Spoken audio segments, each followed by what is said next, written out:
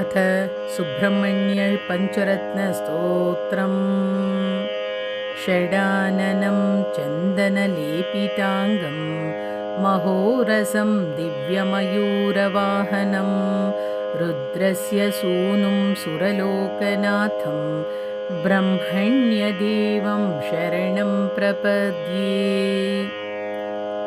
जाज्वल्यमानं सुरवृन्दवन्द्यं कुमारधारातटमन्दिरस्थं कन्दर्परूपं कमनीयगात्रं ब्रह्मण्यदेवं शरणं प्रपद्ये।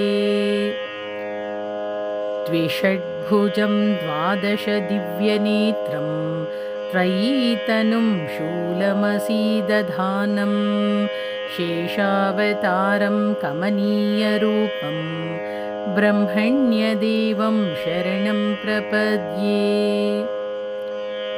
सुरारिघोराहवशोभमानं सुरोत्तमं शक्तिधरं कुमारं सुधारशक्त्यायुधशोभिहस्तं ब्रह्मण्यदेवं शरणं प्रपद्ये।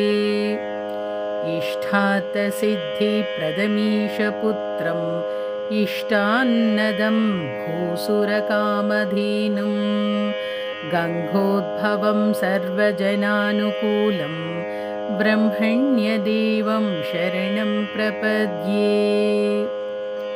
यश्लोकपञ्चमिदं पठतीह भक्त्या ब्रह्मण्यदेव विनिवेशितमानसः सन् प्राप्नोति भोगमखिलं भुवि यद्यदिष्टम् अन्ते स गच्छति मुदा गृहसाम्यमेव।